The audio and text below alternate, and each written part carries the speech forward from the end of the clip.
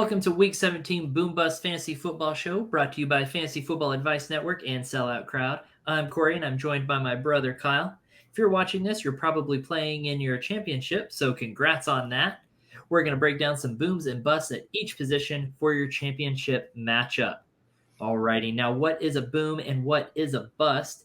It's whether that player exceeds or falls short of their projected point total for the week based off of the Fantasy Pros full PPR projections. All right, Kyle, let's try to get him that championship. Let's get it started. All right.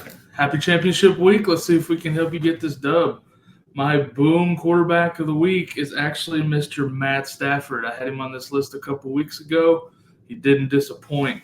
This guy's been rolling. Weeks 12 through 16, multiple TDs. Everybody's healthy still on that offense. They got him projected 21 of 32.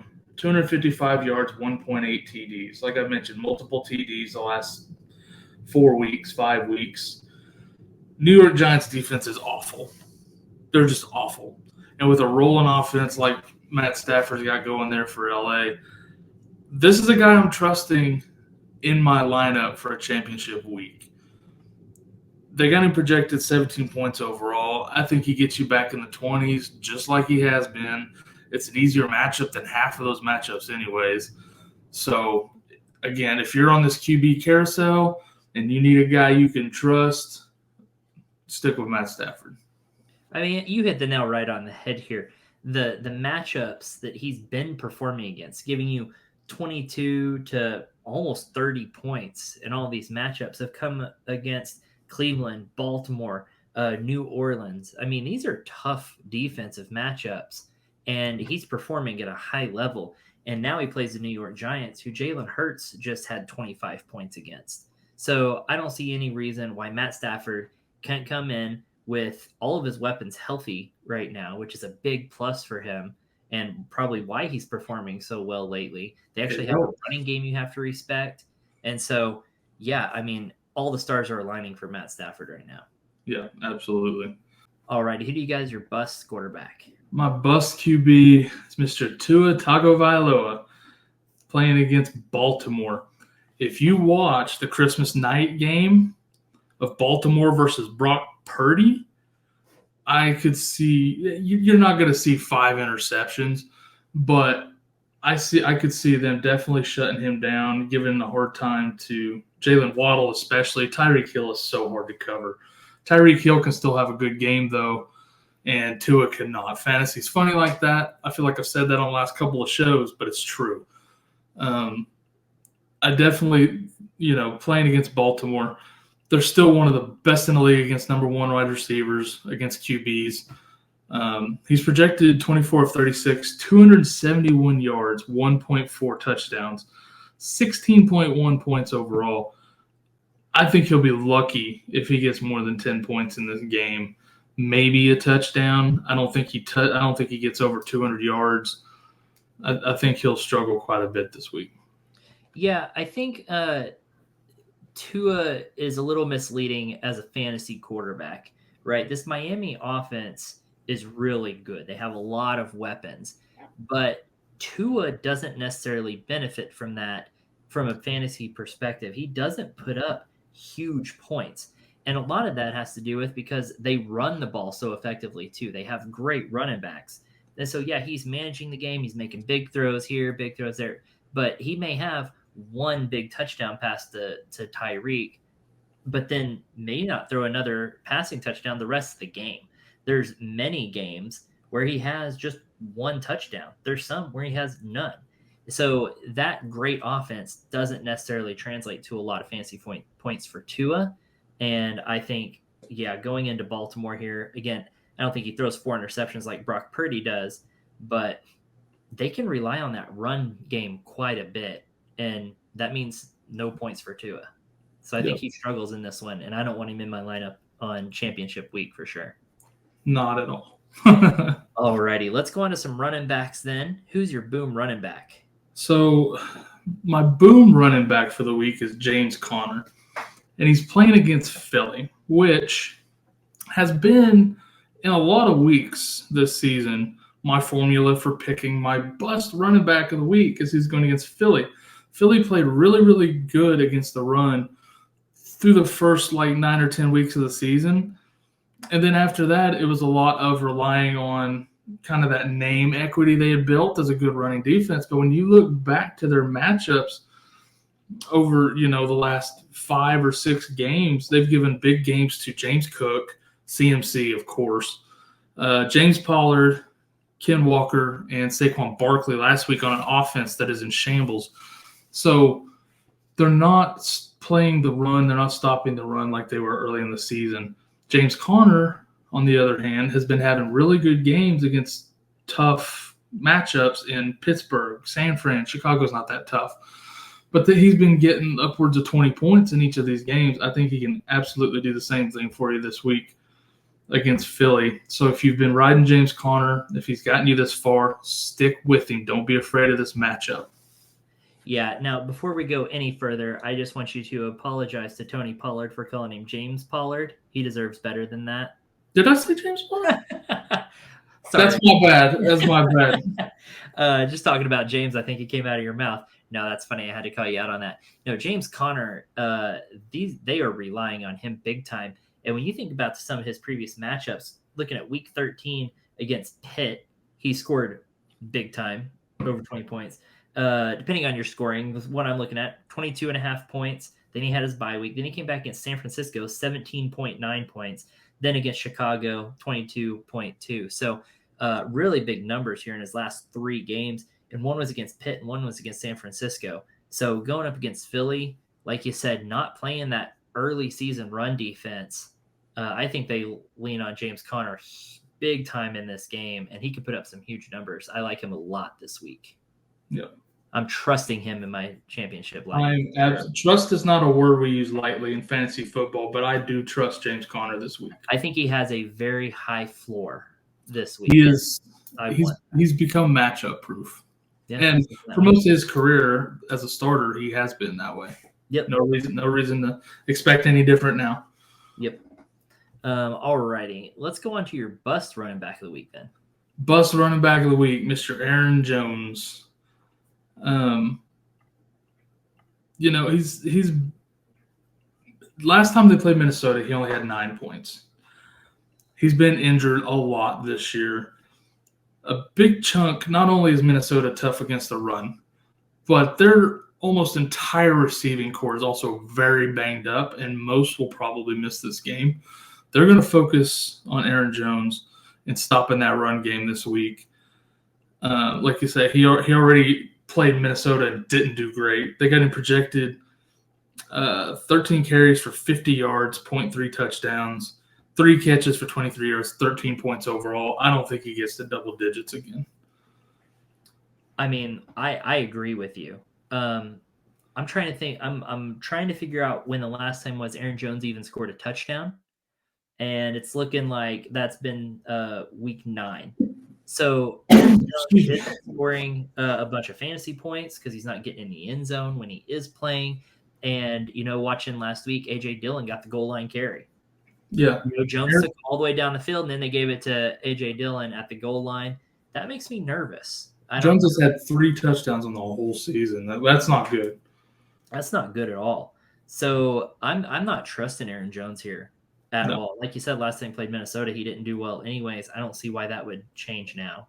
It's going to have to be a pretty deep league or a desperation play if I'm putting him in my championship game. Yeah, we just used the word trust for James Conner. We are not trusting Aaron Jones at all. Exactly. Alrighty, guys. I do want to take a moment to invite you to fantasyfootballadvice.com. Go get signed up for the only social media network 100% dedicated to fantasy football. Go over there and ask your questions, answer some questions, hang out, build a community, have some fun, try to help each other win a championship. Off-season is coming up. You can help each other with some off-season moves and just keep fantasy football relevant and going and keep up with all the trades and the moves and all that stuff. So go over there and join the community and have some fun. All right, Kyle, let's move over to some wide receivers. Who you got as your boom wide receiver? My boom wide receiver is Mr. Zay Flowers. And this kid has been crushing it He had a hiccup game against Jacksonville where he had one catch for 7 yards. But other than that, over his the 3 of his last 4 that wasn't that, 5 of 8 for 25, rush for 37, 2 touchdowns, 23 points against the Chargers. You got the Rams, 6 of 10, 60 yards, touchdown, 20 points. San Francisco, Monday night, 9 of 13, 72 yards, touchdown, 22 points. I don't see any reason why he can't do that against Miami, which is a much softer matchup than all 3 of those in the passing game. They got him projected 5 of 56 for 0.3 touchdowns, 12.8 points. I think he gets in the end zone again, probably comes close to reaching 100 yards again. I think he gets you in the 20s once again. I don't see any reason for him to slow down in this matchup at all. I don't either. I mean, they're going to have to put up points to keep up with Miami. I watched this kid play on Christmas, and he was just incredible. He was electric, dude. He was electric. This guy is incredible. He's just so good. And I tell you what, Lamar Jackson has really good vibes going with him. They like each other's vibes, you know? Oh, yeah. And so, yeah, those guys mesh well. And, gosh, I love Zay Flowers.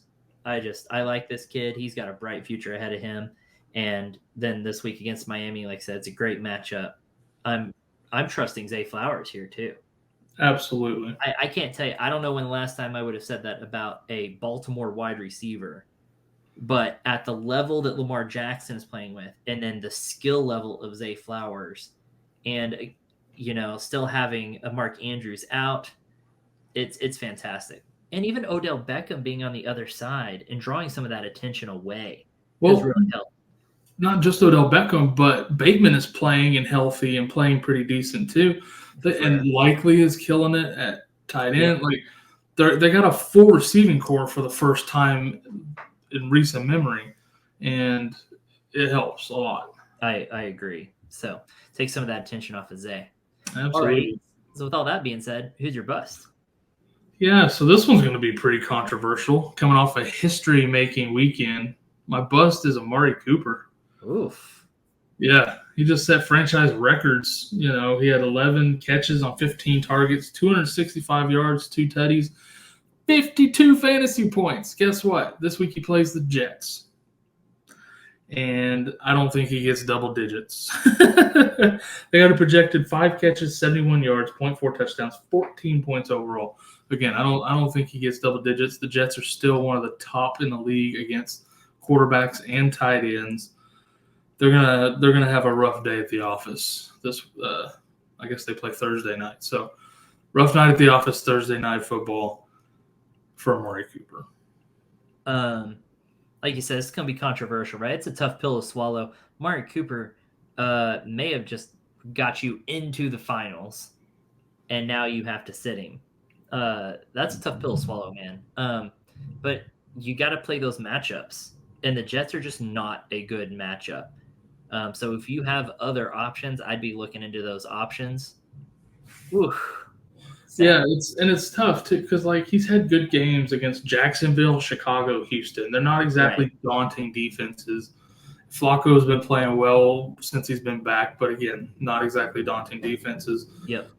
He probably will still have a lot of volume, but that doesn't mean it's going to be quality volume. Yep. And just because he's getting targets doesn't mean he's going to get catches either. Yep. When you're looking at that Jets defense, they're going to knock down a lot of those passes too. And that pass rush is probably the best that they're going to that Flacco's going to have played against too at this point. So I agree. Yeah, they're going to struggle a bit, I think. Yep. Alrighty. Let's move on to some tight ends. Who's your boom tight end for this week? Boom tight end of the week. Tucker Kraft for the Green Bay Packers. For those of you who don't know who that is. Since Musgrave's been out, this kid's been playing pretty well. And this last week especially, he had a really good game. Like I mentioned earlier with Aaron Jones, this receiving core is banged up. Most of them aren't playing, which leaves a lot of open targets for a Tucker Kraft. And I think that continues this week against Minnesota, where they were tougher against the run for Aaron Jones. you can beat them through the air a little bit easier. So I think Tucker Kraft has a pretty good week. They got him projected 3 for 29 yards, 0.2 touchdowns, 6.7 points. I think he gets into double digits. Yeah, I think he reaches that projection quite easily. Love seems to really be leaning on him right now. And like you said, they have all those wide receivers out, but also we talked about it earlier with Aaron Jones. That run game is just not fantastic right now. And so I think they're going to have to lean a little bit more on the passing game. And Love seems to really like passing it to Tucker Kraft. So, I think that's a good choice here for sure. Because there's been a lot of guys getting injured. So you're needing to fill in these gaps, and Tucker Kraft has been filling some gaps. Yep. And been pretty steady. All right, who's your bust? My bust is Mr. Dalton Schultz. One thing, we don't even know if CJ Stroud will be back yet. But regardless of that, he plays against Tennessee, which is still one of the tougher matchups against tight ends in the league. He's had a couple of pretty good weeks these last 2 weeks after he come back from his injury. He got 10 points against Tennessee the first time they played. Got 14 last week. This week they got him projected 4 for 43 yards, 0.3 touchdowns, 10 points. Which, like you said, that's exactly what he got last time. But I don't think he can repeat that against this defense. Yeah, I mean, I don't necessarily have anything other than if Nico Collins is back. Last time they played, Nico was out. And so Dalton might have been a beneficiary of that. He absolutely was, yeah. So if Nico was back, that's going to hurt Dalton Schultz because it's going to take targets away from him. And so I could see that affecting him quite a bit. Last time he played Tennessee, he actually only had 5 targets. Mm-hmm. That's not great. So if Nico's back, that's even worse. I don't feel good about that. They played Cleveland last week. He had the 14 points, but he was one of their only receiving options. And so I don't know. I'm not feeling good about Dalton Schultz in my lineup right now with CJ Stroud out. If CJ Stroud comes back, we might be talking a little bit, but that doesn't seem certain right now. Yeah, and even if he does, I'm not feeling great about playing Dalton Schultz against Tennessee. Yeah, I'm with you on that. I feel like tight ends is about the only thing that they can stop at this point. They can't stop much, but maybe a tight end. Yeah. Alrighty. So that does it for our booms and our busts of the week. So let's move over, switch gears a little bit, and give some streamers of the week. And let's start with a streamer kicker that they can use this week. Yeah, so my streamer kicker this week is Kaimi Fairbairn for Houston. Playing against Tennessee. I think they can still score a lot of points on Tennessee through the air. If Nico's back, regardless of Stroud, if Nico's back, Noah Brown, whatever, I think they'll be able to run with Devin Singletary against them. They'll at least be able to get in field goal range consistently enough for Fairbairn to score a lot of points. He had 17 points against them the first time they played 2 weeks ago. There ain't no reason to believe he can't do that all over again. I agree. I mean, 17 points a couple weeks ago. Fairbairn, had he not been injured and out for so long, Fairbairn would probably be one of the top kickers in the league, fantasy kickers this year. Because this team, I mean, we all know it surprisingly, has been fantastic on offense. CJ Stroud's been fantastic. They scored a lot of points. They're in scoring position a lot. Again, had he not been injured, he would have kept racking up points. It's hard for a kicker to get double-digit points, and he's done it more often than not this season. Well, he's a very good kicker regardless of that offense. Anyways, he's got a strong leg, and he's very accurate. So, Agreed. Him being on that offense is just a bonus. Yeah, because he can make them from 50-plus yards. Yeah. So, yes to Fairbairn against Tennessee. 2 weeks ago, he had 17 points against them. So, yes. All right, let's go through a streaming defense really quick. Defense, going with Chicago against Atlanta. They've been playing really, really good defense lately, and Atlanta they're just not that high scoring of an offense. And with Tyler Heineke at the helm, probably going to throw a pick or two, probably eat a couple of sacks. I'm rolling with Chicago this week. This Chicago defense has been getting a significant amount of tackles for loss, and they've put up double-digit scoring, depending on your scoring format, against Minnesota, Detroit, Cleveland. Some of these offenses that have been doing really well. Yeah. So this Chicago defense has been doing really well. I do want to throw one other defense out there that I don't know how under the radar going, but the Raiders defense has been rolling lately. So if they're still out there, I maybe go pick them up too. Them or Chicago are both pretty good options this week. Raiders are on a roll as well. The last 2 weeks putting up huge points. Maybe they play Indy, who's not the most imposing offense either. So yep. I agree. And Las Vegas is another really good option. Yep. I don't have a fancy graphic for them, but I just wanted to throw them out there as well. That's your bonus pick. Merry Christmas. There you go. Merry late Christmas. Merry New Year. Happy early New Year. Merry late Christmas. Happy championship week. All righty, guys. I do want to take one more moment to invite you to fantasyfootballadvice.com. Get signed up to join our fantasy football social media network over there. Ask questions, answer questions, make friends, help each other out, win some championships. We're over there answering questions and hanging out as well. And there are opportunities to support your favorite content creators over there too. So that's going to do it for us this week. We wish you the best of luck in your championship games. Woo! Here we go, Kyle. Moment of truth. And thank you for a very fun season. To you, the viewers, to Sellout crowd. We appreciate y'all. Much love.